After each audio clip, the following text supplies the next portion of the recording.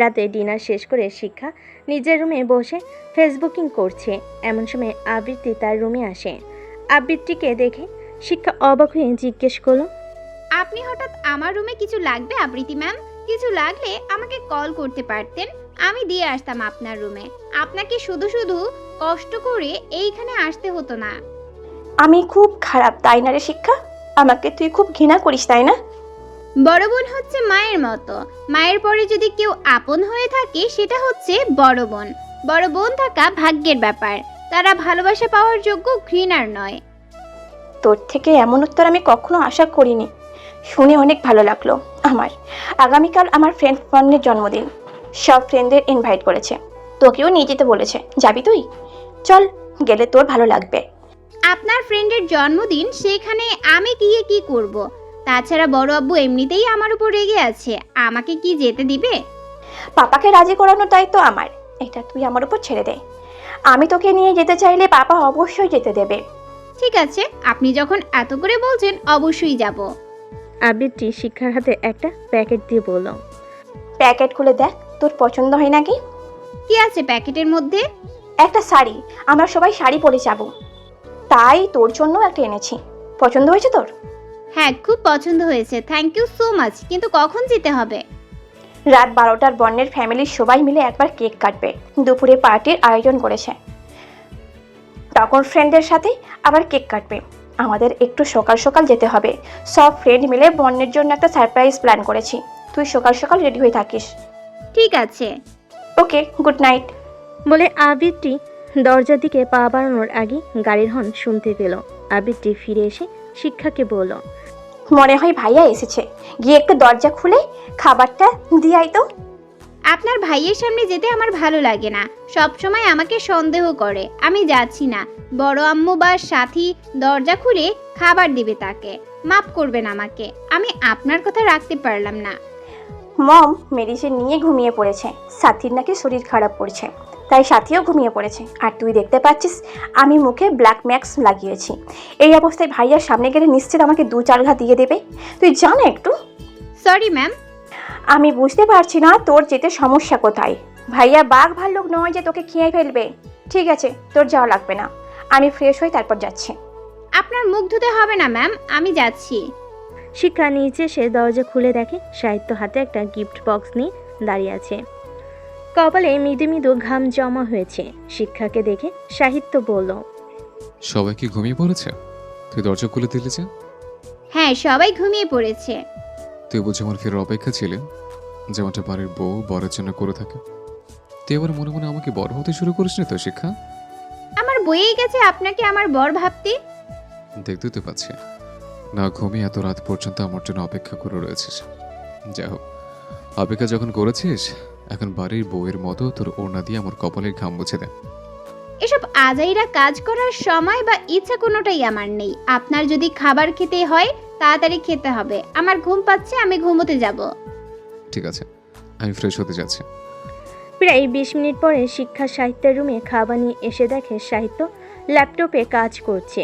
শিক্ষা খাবার রেখে চলে যাবার জন্য পা বাড়ানোর আগে সাহিত্য বলে উঠল, এত দেরি হলো কেন? খাবারের মধ্যে আবার বিষ টিষ মিশিয়ে দিস না তো? না মানে আমি তো চরম শত্রু। শত্রুকে শেষ করবার জন্য এমনটা করতেও পারিস? শিক্ষা কোনো উত্তর না দিয়ে বেসিন থেকে হাত ধুয়ে এসে ভাত মেখে এক লোকমা খাবার খেয়ে বলল, এই যে দেখুন মিস্টার সাহিত্য, আমি আপনার প্লেট থেকে খাবার খাচ্ছি। আমি যখন মরিনি, তাহলে আপনিও নিঃসন্দেহে এই খাবার খেতে পারেন। আমি শিওর আপনিও মরবেন না। তুই তো আমার খাবার খেয়ে এটো করে দিলি, আমি কি তোর এটো খাবো? না না, আপনি 5 মিনিট অপেক্ষা করুন, আমি এক্ষুনি আপনার জন্য নতুন করে খাবার নিয়ে আসছি। তার কোনো প্রয়োজন নেই। তুই খুব ভালো করে জানিস আমি খাবার। তুই যখন খাবার মেখেছিস তুই নিজে আমাকে খাই। তাছাড়া এখন থেকে আমাকে রোজ খাই দিয়ে অভ্যাস করে নে, ভবিষ্যতে তোর কাজে লাগবে। বড় আব্বু আমাকে খুব ভালোবাসে। বড় আব্বু নিশ্চয়ই প্রথমবারের মতো দ্বিতীয়বারও একই ভুল করবে না। ভবিষ্যতে নিশ্চয়ই আমি কোনো লুলাকে বিয়ে করব না যে তাকে আমার খাইয়ে দিতে হবে। লৌলাও তোর কপালে জুটবে কিনা সন্দেহ। সবশেষে সাহিত্য শেখদের গলায় চলতে হবে তোর। পরক্ষণে সাহিত্য মনে মনে বলল, তুই একটা ক্রিমিনাল, খুনি। আর কোনো ছেলে চাইবে না একটা খুনিকে তার জীবনসঙ্গী করতে। আমার ধারণা যদি সঠিক হয়, এসব খুনের পেছনে তোর হাত রয়েছে। এখন শুধুমাত্র প্রমাণ সংগ্রহ করার অপেক্ষা আছে। প্রমাণ হাতে পাওয়া মাত্রই তোর খেলা শেষ হয়ে যাবে। আমি নিজে তোকে হ্যান্ডকাফ পরিয়ে নিয়ে যাব। একজন সিআইডি অফিসার হিসেবে ক্রিমিনালকে ধরিয়ে দেওয়া আমার কর্তব্য, সে হোক আমার পরিবার, আমার জন, বা একান্ত আমার নিজের কেউ। কিরে শিক্ষা, হলো তোর? তোকে রাতে আমি বারবার করে বলেছিলাম একটু সকাল সকাল রেডি হোস, 10টা বেজে গেছে, এখনো তুই রেডি হতে পারলি না। কি এত সাজছিস বলতো? তোর জন্য এমনিতেই ছেলেরা পাগল, আজ আবার তাদের খুন করার সাজ জেগেছে নাকি তোর? খুন করা আমার পেশা নয়, খুন তো করতেই হবে। হোয়াট? শিক্ষা আবৃত্তির পা থেকে মাথা পর্যন্ত পর্যবেক্ষণ করে বলল, মাশাল্লাহ, তোর জেল্লা আমায় ঘায়েল করেছে। আপনি এমনিতেই সুন্দরী, আর মেরুন রঙের শাড়িতে আরও সুন্দর লাগছে। আমি নিজেই আপনার উপর ক্রাশ খেয়েছি। না জানি আপনার ফ্রেন্ডের কি হাল হবে আজকে। আবৃত্তি বিড়বিড় করে বলল, যার জন্য সেজেছিস সে তো আর আমার দিকে ভুলেও তাকাবে না, তার নজর তখন অন্যদিকে। তবুও বেহায়া মন মানতে চাইলো না, তার জন্য নিজেকে সাজিয়ে তুললাম। বিড়বিড় করে কি বলছেন আপনি? তুই তো এখনো রেডি হোসনি, কিন্তু আমার তো এক্ষুনি পিয়ার বাসায় যেতে হবে। পিয়া ফোন করেছিল, ওর মা বাবা নাকি গ্রামে গিয়েছে, ওর কোনো চাচা হঠাৎ করে অসুস্থ হয়ে পড়েছে, তাকে দেখতে ওর মা বাবা গিয়েছে। পিয়া শাড়ি পরতে পারে না, আন্টি ওকে শাড়ি পরিয়ে দেয়। এখনও তো আন্টিও নাই, তাই আমাকে যেতে হবে। তুই এক কাজ কর, তুই আস্তে আস্তে রেডি হো, আমি পাপাকে বলে যাচ্ছি। আমি ফোন দিলে পাপা তোকে ভার্সিটির সামনে ড্রপ করে দেবে। আমি আর পিয়া ভার্সিটির সামনে দাঁড়িয়ে থাকবো। ঠিক আছে, আপনি যা বলবেন তাই হবে। সাবধানে আসিস সুন্দরী, দেখিস আবার কেউ কিডন্যাপ করে না নিয়ে যায়। বলে হো হো করে হেসে পিয়ার বাসায় যাওয়ার উদ্দেশ্যে বেরিয়ে পড়ল আবৃত্তি। মন্ত্রীর বাড়ি জাঁকজমকভাবে সাজানো হয়েছে। তার একমাত্র ছেলে বর্ণ মির্জার জন্মদিন বলে কথা। কিছুদিন আগে ধুমধাম করে মেয়ের জন্মদিন পালন করেছেন, তাই ছেলের জন্মদিনও কোনো ত্রুটি রাখতে চান না মন্ত্রী মশাই। ইতিমধ্যেই সিআইডির পুরো টিম এসে উপস্থিত হয়েছেন মন্ত্রীর বাড়িতে। বর্ণ নিজের রুম থেকে বেরিয়ে এদিক ওদিক তাকিয়ে তার কাঙ্ক্ষিত মানুষকে খুঁজে চলেছে। যদিও ঠিক রাত 12টায় মনির উঠোন জুড়ে থাকা ব্যক্তি তাকে উইশ করেছে, তবুও তার মন মানতে চাইছে না। বর্ণের চোখে তৃষ্ণা জেগেছে তার প্রিয়সীকে দেখার, মূলত তাকে ভালোবাসার কথা জানতে আর পরিবারের সবার সাথে তার ভালোবাসার মানুষকে পরিচয় করিয়ে দেওয়ার জন্যই তার এই আয়োজন। বন্যা সাহিত্যকে দেখে এগিয়ে এসে হ্যান্ডশেক করে আবৃত্তির কথা জিজ্ঞেস করতে যাবে, তার আগে সাহিত্যের ফোন বেজে ওঠে। সাহিত্য দেখে আননোন নাম্বার থেকে কল এসেছে। সাহিত্য কল রিসিভ করার আগেই ওই পাশ থেকে বলে, আপনি কি সিআইডি অফিসার সাহিত্য শিকদার বলছেন? হ্যাঁ, কিন্তু আপনি কে? আমি কে সেটা না জানলেও চলবে। আপনার বোন আবৃত্তি কিডন্যাপ হয়েছে, কয়েকটা গুন্ডা তাকে গাড়িতে করে নিয়ে গেছে। আবৃত্তি কিডন্যাপ হয়েছে শুনে সাহিত্যের ফোন নিচে পড়ে যায়। বোনকে সে নিজের থেকেও বেশি ভালোবাসে, কখনো আবৃত্তির গায়ে একটা টোকাও লাগতে দেয়নি সে। সাহিত্য হুঙ্কার দিয়ে বলল, তোর এত বড় কলেজা সিআইডি অফিসার শাহিদ শেখদারের বোনকে কিডন্যাপ করে? আমার যার মধ্যে আবৃত্তি কারোর সাথে কোনো প্রকার শত্রুতা নেই। একমাত্র শিক্ষাকে আবৃত্তি দু চোখে সহ্য করতে পারে না। তবে কি শিক্ষা আবৃত্তির উপর প্রতিশোধ নিতে আবৃত্তিকে কিডন্যাপ করিয়েছে? শিক্ষা আবৃত্তি দেওয়া রয়্যাল ব্লু কালারের শাড়িটা পরেছে, চোখে দিয়েছে হালকা কাজল, ঠোঁটে খয়েরি লিপস্টিক, লম্বা চুলগুলো ছেড়ে দিয়েছে। মোটামুটি শিক্ষা সাজ কমপ্লিট করেছে। তখনই শিক্ষা আয়নাতে দেখে তার কানে দুল পরা হয়নি। শিক্ষা কোন দুল জোড়া পরবে ভাবতে ভাবতে তার চোখ যায় রাতে সাহিত্যের দেওয়া সেই গিফট বক্সের দিকে। গত রাতে সাহিত্যের খাওয়া শেষ হলে শিক্ষা যখন তার রুম থেকে বেরোতে যাবে, তখন সাহিত্য শিক্ষার হাতে গিফট বক্স দিয়ে বলে, এতে তোর জন্য শিক্ষা, তোকে তো কখনো কিছু দিতে পারিনি, তাই আমার পক্ষ থেকে তোর জন্য এই ছোট্ট উপহার। কি আছে এর মধ্যে? আমি নিজে পছন্দ করে তোর জন্য কিনেছি। তোর কাছে একটা অনুরোধ, এই ইয়াররিং জোড়া সবসময় কানে পরে আমার ভালো লাগবে। ঠিক আছে। শিক্ষা কি মনে করে সাহিত্যের দেওয়া ইয়ারিং জোড়া পরল, বেশ সুন্দর লাগছে তাকে দেখতে। হয়তো ইয়ারিং জোড়া তার সাজ পরিপূর্ণ করে দিয়েছে। শিক্ষা সবে রুম থেকে বের হতে যাবে, তখনই দেখে আবৃত্তি ভিডিও কল করেছে। শিক্ষা খুশি খুশি মনে কল রিসিভ করে চমকে ওঠে। শিক্ষার সামনে ভেসে ওঠে পরিচিত একটা মুখ। শিক্ষা অবাক হয়ে জিজ্ঞেস করে, আবৃত্তি আপুর ফোন তোর কাছে কেন? দিগন্ত আগারওয়াল। আবৃত্তি আপুর সাথে কি করেছিস তুই? উত্তর দিচ্ছিস না কেন? তোমাকে যা লাগছে না সুন্দরী, শাড়িতে দারুণ হট লাগছে তোমাকে। নিজে কন্ট্রোল করার দায় হয়ে যাচ্ছে আমার। তোমার রূপে আগুনে জ্বলসে যাচ্ছি আমি। তোর ননস্টপ বকবক যদি বন্ধ না করিস, ট্রাস্ট মি, আমি তোর জিপ টেনে ছিঁড়ে দিব। তোকে আমি কিছু জিজ্ঞেস করেছি? আবৃতি আপুর ফোন তোর কাছে কেন? আবৃতি আপুর সাথে নিশ্চয়ই খারাপ কিছু করেছিস, তাই না? খারাপ কিছু করিনি, তবে করতে কতক্ষণ দেখতে চাও? আবৃত্তি ডার্লিং, কোথায় দিগন্ত? পিছনে ক্যামেরা অন করে দিয়ে বলল, এই যে দেখ। শিক্ষা দেখতে পেল আবিরটিকে কোনো একটা পরিত্যক্ত রুমে চেয়ারে বসিয়ে হাত পা বেঁধে মুখের মধ্যে কাপড়ের দলা পাকিয়ে দেওয়া হয়েছে যাতে চিৎকার করতে না পারে। আবিরটির চুলগুলো এলোমেলো হয়ে গিয়েছে, চোখের কাজল লেপটে গিয়েছে, অনেক সময় কান্নার ফলে চোখ ফুলে উঠেছে, যা দেখে শিক্ষার কলিজা মোচড় দিয়ে উঠল। শিক্ষা চিৎকার করে বলল, তুই কি আদৌ কোনো মানুষ? আমার মনে হয় না তুই কোনো মানুষ। তুই একটা জানোয়ারের থেকেও নিকৃষ্ট। Keep you voice down baby. জানোয়ারের মতো এখনো কিছু করিনি, তবে করব। ভুলেও আবৃতি আপুর দিকে হাত বাড়ানোর চেষ্টা করবি না। আমি এক্ষুনি সিআইডি কে জানাচ্ছি। I have to inform CID. CID কে জানানোর মতো ভুল করে না বেবি, এর ফল ভালো হবে না। জানো তো, আমি আবৃতি বেবিকে কিডন্যাপ করতে চাইনি। ইনফ্যাক্ট তোমাকে দেখার পর ওর প্রতি কোনো ইন্টারেস্ট কাজ করছে না। আমার আমার শিকারের তো তুমি। আই নিড ইউ ওয়েলডি বেবি। কিন্তু আমি জানতাম এত সহজে আমি তোমায় লাগাল পাবো না। তাই তো আবৃত্তি বেবিকে দাবার গড়ি হিসাবে ব্যবহার করেছি। আমি জানতাম আবৃত্তির ডাকে তুমি ঠিক ছুটে আসবে। এখন তুমি যদি আমার খাঁচায় ধরা দাও, আমি নিজেই আবৃত্তি বেবিকে ছেড়ে দেব। অন্যথায় কি হবে নিশ্চয়ই বুঝতে পারছো। আবৃত্তির মুখে হাত দিয়ে স্লাইড করতে করতে বলল দিগন্ত। আবৃত্তি গঙ্গানি শুনে দিগন্ত বলল, তুমি কিছু বলতে চাও বেবি? ওকে বলো। বলে আবৃত্তির মুখ থেকে কাপড় সরিয়ে দিল দিগন্ত। মুখের মধ্যে থেকে কাপড় সরিয়ে দিলে আবৃত্তি জোরে জোরে নিঃশ্বাস নিয়ে বলল, তুই আসবি না শিক্ষা? এই বদমাস তোকে আস্ত রাখবে না, তোকে খুবলে খুবলে খাবে। আমি নিজের জন্য তোকে বিপদে ফেলতে পারি না শিক্ষা।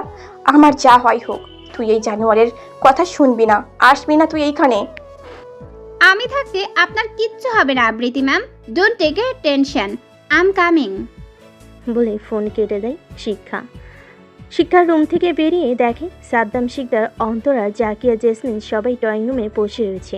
শিক্ষা মনে মনে বলল, আমি তো কাউকে এই বিষয়ে জানাতে পারবো না। যা করার আমার একার করতে হবে। কিন্তু আমি বাড়ির বাইরে যাব কি করে? শিক্ষাকে নিচে নামতে দেখে সাদ্দাম শিকদার এগিয়ে এসে বলল, আসলে বড় আব্বু, আমার প্রচন্ড মাথা ব্যথা করছে। আমার যেতে ইচ্ছে করছে না। আমি উপরে গিয়ে বিশ্রাম নিচ্ছি। তুমি তোমার কাজে চলে যাও। ঠিক আছে বলে শিক্ষা উপরে এসে শাড়ি পাল্টে আলমারি থেকে একটা জিন্স আর কামিজ পরে নিল। সাথে কামিজের উপরে একটা কোটি পরে গলে ওড়না ঝুলে বেলকনি দরজা খুলে উপর থেকে সতর্কতার সাথে পাইপ বেয়ে নিচে নেমে দিগন্ত দেওয়া লোকেশনে ছুটতে লাগলো। বর্ণ সাহিত্যের কাছে এসে জিজ্ঞেস করলো, any problem sir? No dear, everything is okay, but now I have to leave. Enjoy yourself. কিন্তু কেন স্যার, এখনো পার্টি শুরু হলো না, আর আপনি এভাবে চলে যাবেন? আমার একটা জরুরি কাজ পড়ে গিয়েছে, আমাকে যেতে হবে। তুমি প্লিজ কিছু মনে করো না বর্ণ। সাহিত্য চলে যাওয়া দেখে নিচন এগিয়ে এসে বলল, কি রে শালা, কি হয়েছে? কোথায় যাচ্ছিস তুই? আব্রতিকে পাওয়া যাচ্ছে না। কে আব্রতিকে কিডন্যাপ করেছে। হোয়াট? তুই এই ব্যাপারে কাউকে কিছু বলিস না, আব্রতির মঞ্চপনের ব্যাপার। To worry. এই চিনেছিস তুই আমাকে? তোর বোন মানে আমারও বোন। চল আমিও যাচ্ছি তোর সাথে। না না, তুই এখানেই থাক, আমি দেখছি ব্যাপারটা। প্রয়োজন হলে তোকে কল করব। তে ওকে। সাহিত্য মন্ত্রীর বাড়ি থেকে বেরিয়ে সোজা নিজের বাসে এসে কাজে মেয়ে সাথীকে জিজ্ঞেস করে, শিক্ষা কোথায় জানিস কিছু? হ্যাঁ জানি, শিক্ষা বা আবৃত্তি আফার লগে কোনে জানি জাতি চাইছিল, কিন্তু হঠাৎ করে আফার নাকি মাথা ঘুরে পেছনে চলে গেছিল। আই মিন মাথা ঘুরছিল, তাই আর শিক্ষা আফায় কোথাও যায়নি। তবে আবৃত্তি আফায় 10টা নাগাদ বাড়ির থেকে বাহির হয়ে গেছে। আপনি 2 মিনিট খাড়ান, আমি 5 মিনিটে শিক্ষা আফারে নিচে লইয়া আইতেছি। থাক, তোর 2 মিনিটে গিয়ে 5 মিনিট আসার কোনো প্রয়োজন নেই, আমি নিজেকে দেখছি। সাহিত্য শিক্ষার রুমে এসে দেখে বিছানার উপর চাদর মুড়ি দিয়ে কেউ শুয়ে রয়েছে। সাহিত্য চাদর উঠিয়ে দেখে কোলবালিশের গায়ে চাদর দিয়ে রাখা রয়েছে সবাইকে বোকা বানানোর জন্য। সবাই যাতে এটাই মনে করে সে অসুস্থ, তাই চাদর গায়ে দিয়ে ঘুমিয়ে রয়েছে। সাহিত্য সব জায়গায় শিক্ষাকে খোঁজে, কিন্তু শিক্ষা কোথাও নেই। পরক্ষণে সাহিত্যের চোখ যায় বেলকনি দরজার দিকে। বেলকনি দরজা খোলা। সাহিত্য ভাবে, তার মানে শিক্ষা বেলকনি দরজা দিয়ে বেরিয়ে গেছে, কিন্তু শিক্ষা এত উঁচু থেকে নামলো কিভাবে? সাহিত্য মাথা ধরে বিছানায় বসে পড়ে। হঠাৎ মনে পড়ে গত রাতে শিক্ষাকে দেওয়া ইয়ারিংয়ের কথা, যার মধ্যে সে একটা চিপ লাগিয়ে দিয়েছিল, যাতে খুব সহজে শিক্ষা কোথায় কোথায় চাই সেটা জানতে পারে। সাহিত্য আর দেরি না করে শিক্ষার লোকেশন ট্র্যাক করে দেখে তাদের বাড়ির পেছনে শিক্ষার লোকেশন দেখাচ্ছে। সাহিত্য দরজা লাথি দিয়ে বলল, ও শিট, তার মানে শিক্ষা হতে জেনে গিয়েছে আমি ইয়ারিংয়ের মধ্যে চিপ লাগিয়ে দিয়েছি, আর শিক্ষা ইচ্ছা করে চিপ লাগানো ইয়ারিং বাড়ির পিছনে ফেলে রেখে গেছে। কিন্তু কেন? কি করতে চাইছে শিক্ষা? প্লিজ ভাইয়া, আমার এত বড় সর্বনাশ করো না। আমি তো তোমার কোনো ক্ষতি করিনি। না, তোমার সাথে আমার কোনো শত্রুতা আছে। প্লিজ ভাইয়া, আমি তোমার বোনের মতো। একটা বোন তার ভাইয়ের কাছে হাত জোর করে অনুরোধ করছে তাকে ছেড়ে দেওয়ার। প্লিজ বোনের অনুরোধটা রাখার চেষ্টা করো। আমার হাত পায়ের বাঁধন খুলে দাও, খুব কষ্ট হচ্ছে আমার। সবাইকে যদি মা বোনের নজরে দেখি, তাহলে বইয়ের নজরে কাকে দেখবো বলো তো? ইনফ্যাক্ট তোমার প্রতি এখন আর আমার কোনো ফিলিংস আসে না, কিন্তু কি আর করার বলো, দুধের স্বাদ ঘোলে মেটাতে হচ্ছে। বলে আবৃত্তির শাড়ির আঁচলে হাত দেওয়ার আগে কেউ একজন তার কাঁধে টোকা দেয়। এহেন কাজে সে বিরক্ত হয়ে বলল, আবে কে রে তুই? ধরে নে তোর আম্মা যান, কারণ এই শিক্ষার হাতের কেলানি যে একবার খেয়েছে, ট্রাস্ট মি, সে আমার চোখের দিকে তাকানো দূরের থাক, আমাকে আম্মা বলে সম্বোধন করেছে। আর আজকের পর থেকে আমার ছেলের তালিকায় আরও একটা নাম যুক্ত হবে। তোকে আমি আগেই বলেছিলাম মেয়েদের দুর্বল ভাবিস না, কিন্তু তুই তো তাদের শুধু দুর্বল না, তাদের ভোগ্য পণ্য মনে করিস। দিগন্ত শিক্ষার পা থেকে মাথা পর্যন্ত পর্যবেক্ষণ করে বলল, তোমার আর কত রূপ দেখতে বাকি আছে বলো তো সুন্দরী? তোমাকে সব রূপে দেখে নিজেকে শুধুমাত্র, অবশ্য তুমি চাইলে এক্ষুনি। বাকিটা বলার আগেই শিক্ষা দিগন্তর নাক বরাবর ঘুষি মেরে দেয়, যার ফলে দিগন্ত ছিটকে গিয়ে পড়ে। দিগন্তকে আঘাত করার ফলে তার ক্ষোভ আরও বেড়ে যায়। তৎক্ষণাৎ সে ফোন করে তার গ্যাংয়ে 4 থেকে 5টা লোক নিয়ে আসে, যা দেখে একটু ভরকে যায় না শিক্ষা, বরং কোনো প্রকার অস্ত্রের সাহায্যে হাত ও পায়ের সাহায্য নিয়ে একটার পর একটা মানুষরূপী পশুকে কুপকাত করে দিচ্ছে। শিক্ষাকে এই রূপে দেখে আশ্চর্য হয়ে যায় আবৃত্তি। তার এই রূপ সম্পর্কে অবগত নয় সে। আবৃত্তি বিড়বিড় করে আওড়াতে থাকে, কে এই শিক্ষা? সাহিত্য শিক্ষার রুম সার্চ করে ফোন ছাড়া আর কিছুই পেল না। ফোনে কোনো লক দেওয়া নেই, যার কারণে খুব সহজেই শিক্ষার ফোনও সার্চ করতে পারে, কিন্তু তেমন কোনো কাঙ্ক্ষিত তথ্য পায় না। সাহিত্য নির্জনকে কল করার জন্য ফোন বের করে, তখনই দেখে স্ক্রিনে নিতু নাম থেকে কল এসেছে। সাহিত্য কল রিসিভ করে বলে, is there anything new going on? Yes sir. Good. তোমাকে যে ব্যাপারে ইনফরমেশন জোগাড় করতে বলেছিলাম, পেয়েছো কি? আপনি বলেছিলেন এই শহরে একজন ছদ্মবেশে ধরে পড়াশোনার নাম করে বিভিন্ন ভার্সিটি, স্কুল, কলেজে ড্রাগস সাপ্লাই করে তরুণ প্রজন্ম ছেলেমেয়েদের ড্রাগস অ্যাডিক্টেড করে তুলেছে। শুধু তাই নয়, সেই ব্যক্তি বড় বড় স্মাগলারদের সাথে জড়িতও রয়েছে। তার ব্যবহারে সমস্ত ইনফরমেশন দিতে বলেছিলেন। যদি আমি অসুস্থতার জন্য অফিস থেকে ছুটি নিয়েছিলাম, কিন্তু আমার খুবই কাছের একজন আমার হয়ে কাজটা সেরে দিয়েছে। তবে সে কোনো পুলিশ বা সিআইডি বা ক্রাইম ব্রাঞ্চের নয়, তবু তার বুদ্ধি দক্ষতার সঙ্গে আমার হয়ে ওই ক্রিমিনালের ব্যাপারে সমস্ত তথ্য জোগাড় করে দিয়েছে। দেখো নিতু, আমি পরে তোমার এই কাছে মানুষের ব্যাপার শুনবো। ইনফ্যাক্ট তাকে আমি স্পেশালভাবে থ্যাঙ্কস জানাবো। এখন আপাতত ক্রিমিনাল ব্যাপারে বলো। স্যার, ছেলেটার আসল নাম হচ্ছে বাচ্চু বিল্লা, একজন বড় মাপের রাজনীতিবিদের সন্তান। বয়স খুব একটা বেশি হবে না, আনুমানিক 24 থেকে 25। ব্রাইট ফিউচার গড়ার সময়, কিন্তু সেই সময়টা পড়াশোনার পেছনে ব্যয় না করে ছেলেটা এসব অপকর্মের সঙ্গে যুক্ত হয়ে গিয়েছে। তাছাড়া সে একজন ড্রাগ ব্যবসায়ী, স্মাগলারদের সঙ্গে কাজে জড়িত, সাথে একজন প্লে বয়। মেয়েদের প্রেমের জালে ফাঁসিয়ে তাদের জীবন নষ্ট করে সে পৈশাচিক আনন্দ পায়। বাবার টাকা আর ক্ষমতার জোরে এ পর্যন্ত যে কতগুলো মেয়ের জীবন নষ্ট করেছে তার ইয়াত্তা নেই। ওই ক্রিমিনালের রেকর্ড চেক করে দেখলাম ওর নামে মার্ডারের অভিযোগ আছে। 2 থেকে 3টা মেয়ে ওর জালে ফেঁসে গিয়ে পড়ে সুইসাইড করেছে, যার জন্য তাদের বাবা মা ওই ছেলের নামে কেস করে। অবশ্য পুলিশ ওকে ধরে নিয়েছিল, কিন্তু বেশিক্ষণ থানায় রাখতে পারেনি। তার আগেই উকিল এসে ওর জামিন করে দিয়েছে। আমি ওর লোকেশন আপনাকে সেন্ড করছি, আশা করি ওখানে ওকে পেয়ে যাবেন। Thank you so much. ধন্যবাদ দেওয়ার জন্য কোনো প্রয়োজন নেই স্যার, ইটস মাই ডিউটি।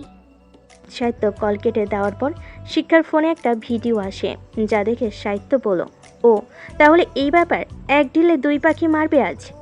সাহিত্য নির্জনকে সাথে নিয়ে অতি দ্রুত নিতুর দেওয়া লোকেশনে উপস্থিত হয়ে দেখল অলরেডি ফাইটিং চলছে শিক্ষার গুন্ডাদের মধ্যে। আবিরটিকে চেয়ারের সাথে বেঁধে রাখা হয়েছে, সে যন্ত্রণায় ছটফট করছে। সাহিত্য গুন্ডাদের দিকে এগিয়ে যেতে গেলে নির্জন তাকে বাধা দিয়ে বলল, থাক না সাহিত্য, শিক্ষার চ্যাপ্টার শিক্ষা নিজে ক্লোজ করুক, তারপরেরটা না হয় আমরা দেখব। গুন্ডারা এটা দেখুক যে মেয়েরা চাইলে অনেক কিছু করতে পারে। কিন্তু একটা বিষয় আমি বুঝতে পারছি না, শিক্ষা এভাবে গুন্ডাদের সাথে একা লড়ছে, এটা কিভাবে সম্ভব? আমাদের অফিসার নম্রতা মির্জাকে ও এখনও এভাবে কৌশলে ফাইটিং করতে দেখেনে। শিক্ষার মতো একটা মেয়ে আমাদের ডিপার্টমেন্টের জন্য খুবই প্রয়োজন। আমি যতটুকু জানি ড্যাড শিক্ষাকে কুড়িয়ে পেয়েছিল। হয়তো আমাদের বাড়িতে আসার আগেও কোনো চোর ছিল, আর চুরি করে ধরা পড়লে পাবলিক নিশ্চয়ই ছেড়ে কথা বলে না। হতে পারে শিক্ষা যার হয়ে কাজ করতো সে একটু মারপিট শিখেছে, যাতে চুরি করেও বেঁচে ফিরতে পারে। না সাহিত্য, তোর ধারণা ভুল। শিক্ষা শত্রুপক্ষকে আঘাত করার প্রত্যেকটা স্টেপ বলে দিচ্ছে ও একজন মার্শাল আর্টিস্ট। কারাটে, বক্সিং, অস্ত্র চালাতে পারদর্শী শিক্ষা। কারাটে এমন একটা কৌশল যার মাধ্যমে সাহিত্য হাত উঁচু করে নির্জনকে থামিয়ে দিয়ে বলল, I know about karate. Karate একটি আঘাতের কৌশল, যেটি খুশি, লাথি, হাঁটু এবং কোণের আঘাত ও মুক্তহস্ত কৌশল, যেমন ছুরি হস্ত ব্যবহার করে কিছু স্টাইলে আঁকড়ে ধরা, আবদ্ধ করা। তাছাড়া এবং অতি গুরুত্বপূর্ণ পয়েন্টে আঘাত শেখানো হয়। কারাতে মূলত খালি হাতে আত্মরক্ষার কৌশল, যেখানে 50% হাতের কাজ ও 50% পায়ের কাজ। আমার জানার মতে সাধারণ কোনো ফ্যামিলির মেয়েরা কারাতে শিখতে পারে না, অনেক বাধা ও প্রতিবন্ধকতার সম্মুখীন হয়। আর সেখানে তুই শিক্ষার কথা কিভাবে বলছিস ভাই? আমার মনে হলো তাই বললাম। ইদানিং তুই মনে হয় শিক্ষাকে নিয়ে একটু বেশি চিন্তা করছিস। সারাক্ষণ শুধু শিক্ষা করে আমার কানের 12টা বাজিয়ে দিয়েছিস। তোর মধ্যে কোথায় ঠিক বুঝতে পারছি না আমি, তুই ঠিক কী করতে চাইছিস বলতো? কিছু না ইয়ার, বাদ দে সেসব কথা। আমরা সবসময় তার কথা বলতে পছন্দ করি, যাকে আমরা পছন্দ করি, ভালোবাসি। বাই এনি চান্স তুই শিক্ষাকে ভালোবাসিস না তো? দেখ সাহিত্য, আমরা ওইখানে ক্রিমিনাল ধরতে এসেছি, কে কাকে ভালোবাসে সেটা নিয়ে তর্ক বিতর্ক সৃষ্টি করতে নয়। তার থেকে বেটার হবে আমরা আমাদের নিজের কাজে ফোকাস করি। Yes boss.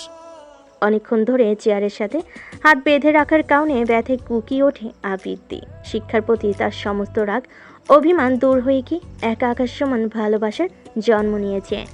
আবৃত্তি ভাবে বাসে ফিরে শিক্ষার সাথে তার সম্পর্ক স্বাভাবিক করে নিবে, তাকে তার পরিপূর্ণ মর্যাদা দিবে। মেয়েটাকে চিনতে সে ভুল করেছিল, কিন্তু আর নয়, এখন সময় এসেছে সমস্ত শত্রুতা শেষ করার। আবৃত্তি কাতর চোখে শিক্ষার দিকে তাকিয়ে রয়েছে।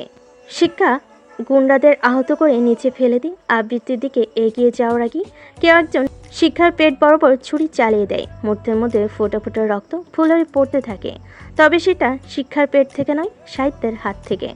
গুন্ডাটা যখন শিক্ষার পেট বরাবর ছুরিটা চালিয়ে দিতে যায়, তার আগে সাহিত্য এসে হাত দিয়ে ছুরি ধরে ফেলে, যার ফলস্বরূপ সাহিত্যের হাত কেটে যায়। সাহিত্য গুন্ডাটার নাক বরাবর ঘুষি দিয়ে নিচে ফেলে দেয়। পরক্ষণে আবার গুন্ডাটার শার্টের কলা ধরে টেনে তুলে বলল, কি মিস্টার দিগন্ত আগরওয়াল ওরফে বাদশা বিল্লা, কি ভেবেছিলে তুই তোর নাম আর ছদ্মবেশ চেঞ্জ করলে সেরি তোকে চিনতে পারবে না? বোকা কোথাকার। তোর বিষয়ে অনেক আগে জানতে পেরেছিলাম, কিন্তু প্রয়োজনীয় তথ্য আর প্রমাণের জন্য তোকে হাত এবার বুঝতে পারবি মেয়েদের প্রেমের জলে ভাসানোর আসল মজা। বাচ্চু বিল্লা ঘাবড়ে গিয়ে বলল, দেখুন স্যার, এইখানে যা হয়েছে ভুলে যান। বিনিময়ে আমি আপনাকে অনেক টাকা দেব। সিআইডি তো চাকরি করে মাত্র কয়েক টাকা পান। আমার কথা মেনে নিলে আমি আপনাকে টাকার পাহাড় বানিয়ে দিব। বাকি জীবন বউ বাচ্চা নিয়ে হাসি খুশিতে কাটাতে পারবেন। সাহিত্য বাচ্চু বিল্লার গলা চেপে ধরে বলল, হাউ ডেয়ার ইউ! তোর সাহস হলো কি করে সেট অফিসারকে টাকা অফার করার? অনেক টাকার মালিক তুই, তাই না? কিন্তু এবার এই টাকা তোকে বাঁচাতে পারবে না। ফাঁসির দড়িতে ঝুলতে হবে তোর। তোর বিরুদ্ধে একটা নয়, হাজারটা প্রমাণ রয়েছে। তুই একজন ট্রাক ব্যবসায়ী, স্মাগলারদের সাথে জড়িত। তোর জন্য হাজার হাজার মেয়ের জীবন নষ্ট হয়েছে। এছাড়াও কিডন্যাপিংয়ের কাজও করেছিস। সিআইডি অফিসারকে টাকার লোভ দেখিয়েছিস। এরকম আরো হাজারটা রেকর্ড আছে তোর। তোর তো মরার সময় এসে গেছে। প্রথম জেলে পচে মরবি, তারপর ফাঁসির দড়িতে। পৃথিবীতে এমন কোনো জেল তৈরি হয়নি যেখানে এই বাচ্চু বিল্লাকে আটকে রাখতে পারবে। তার থেকে বরং সব কিছু ভুলে যাওয়া আপনার জন্য মঙ্গল, আর আমার জন্যেও। সাহিত্য বাচ্চু বিল্লার হাত পেছনে মুছিয়ে দিয়ে বলল, কি ভুলে যেতে বলছিস তুই? হ্যাঁ, তুই জানিস কার দিকে হাত বাড়িয়েছিস? তুই সিআইডি অফিসের সাহিত্য শেখদারের বোনের দিকে হাত বাড়িয়েছিস।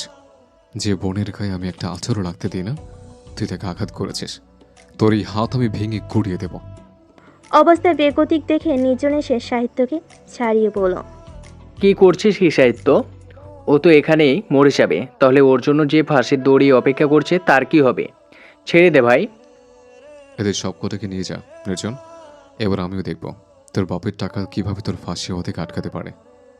শিক্ষা এসে আবৃত্তির হাতে পায়ের বাঁধন খুলে দিয়ে বলল, আপনি ঠিক আছেন আবৃতি ম্যাম? খুব কষ্ট হয়েছে তাই না?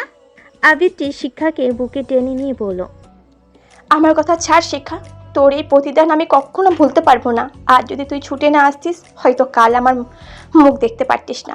প্রেস মিডিয়া ছড়িয়ে যেত সিআইডি অফিসারের সাহিত্য সিকদারের বোনের মৃত্যুর খবর। যদিও বাচ্চু বিল্লা আমাকে প্রাণে মারতো না, কিন্তু আমি নিজেকে শেষ করে দিতাম। আমার জন্য ড্যাড ভাইয়ের মুখে চুনকালি লাগতে দিতাম না। তোকে আমি কতভাবে অপমান করেছি, এই নিয়ে তুই আমাকে 2 বার বাঁচিয়ে নিলি। একবার নিজের কথাও ভাবলি না শিক্ষা। আমাকে বাঁচাতে এসে নিজের কি হাল করেছিস তুই। হাত দিয়ে রক্ত বেরোচ্ছে, জায়গায় জায়গায় রক্ত জমাট বেঁধে গেছে। তোর কিছু হয়ে গেলে আমি নিজেকে ক্ষমা করতে পারতাম না শিক্ষা। এসব কথা ছাড়ুন আবৃতি ম্যাম, আমার শরীর খারাপ লাগছে, বাড়ি যাব আমি। আচ্ছা তুই এটা বল, তুই মার্শাল আর্ট কবে এবং কখন কোথায় শিখলিস? আমি কিছু জানি না। বলে ফুলরে লুটিয়ে পড়ল শিক্ষা। শিক্ষাকে নিচে পড়ে যেতে দেখে নির্জন ছুটে এসে বলল, শিক্ষা, কি হলো তোর? চোখ খোল শিক্ষা। দাঁতের দাঁত চেপে বলল সাহিত্য। তুই দেখতে পাচ্ছিস শিক্ষা অজ্ঞান হয়ে গেছে। আর অজ্ঞান হওয়া ব্যক্তি নিশ্চয়ই তোর কথা শুনতে পাবে না। আর সাহিত্য, রেগে যাচ্ছিস কেন? শিক্ষা অনেক আঘাত পেয়েছে, একে একে এতগুলো গুন্ডাদের সাথে লড়েছে।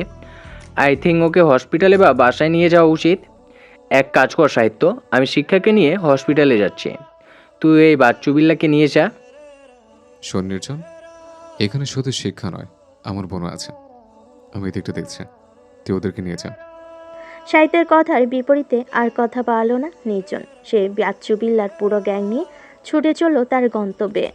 নির্জন যাওয়ার পর আবৃত্তির সাহিত্যের হাত ধরে বলল, তোমার হাত থেকে তো রক্ত পড়ছে, ইস কতখানি কেটে গেছে। আমার কাছে হয়নি বোন, এসবে অভ্যস্ত আমি। তুই শিক্ষার কথা ভাব। শিক্ষাকে হসপিটালে না নিয়ে বরং বাসায় নিয়েছে। বাসায় গিয়ে ডক্টরকে কল করে নেব। না ভাইয়া, শিক্ষাকে এই অবস্থায় বাসায় বা হসপিটালে নিয়ে যাওয়া যাবে না। কেন?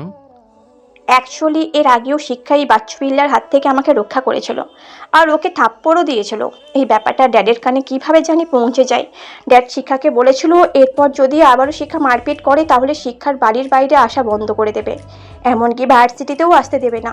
শিক্ষা অনেক করেছে আমার জন্য, কিন্তু আমি ওর জন্য কখনো কিছু করতে পারিনি। তাই আমি চাই না আমার জন্য পড়াশোনা বন্ধ হয়ে যাক। এত কিছু হয়ে গেছে আর আমায় কিছু জানানোর প্রয়োজন মনে করলি না তুই? আমি ভয় পেয়ে গিয়েছিলাম ভাইয়া। তোমরা আমাকে এই ভার্সিটিতে ভর্তি করতে চাওনি, আমি নিজের ইচ্ছায় ভর্তি হয়েছিলাম, তাই কিছু বলতে পারিনি। সরি ভাইয়া। ওকে, ওর শিক্ষাকে নিয়ে কোথায় ওর শরীরের অবস্থা বেশি একটা ভালো না। আমার কাছে একটা আইডিয়া আছে ভাইয়া। এইখান থেকে কয়েক কিলোমিটার দূরে আমার বান্ধবী প্রিয়ার বাসা। আমরা তো প্রিয়াদের বাসায়ও যেতে পারি।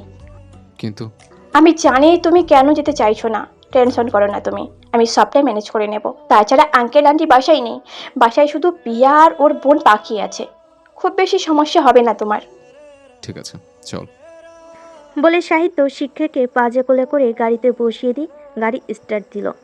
পিয়াদের বাসায় পৌঁছাতে তাদের বেশি সময় লাগলো না। সাহিত্য শিক্ষাকে কোলে করে দরজা খোলার জন্য দরজার বাইরে অপেক্ষা করছে। এমন সময় অপরিচিত কেউ একজন দরজা খুলে দিয়ে সাহিত্যকে জড়িয়ে ধরল।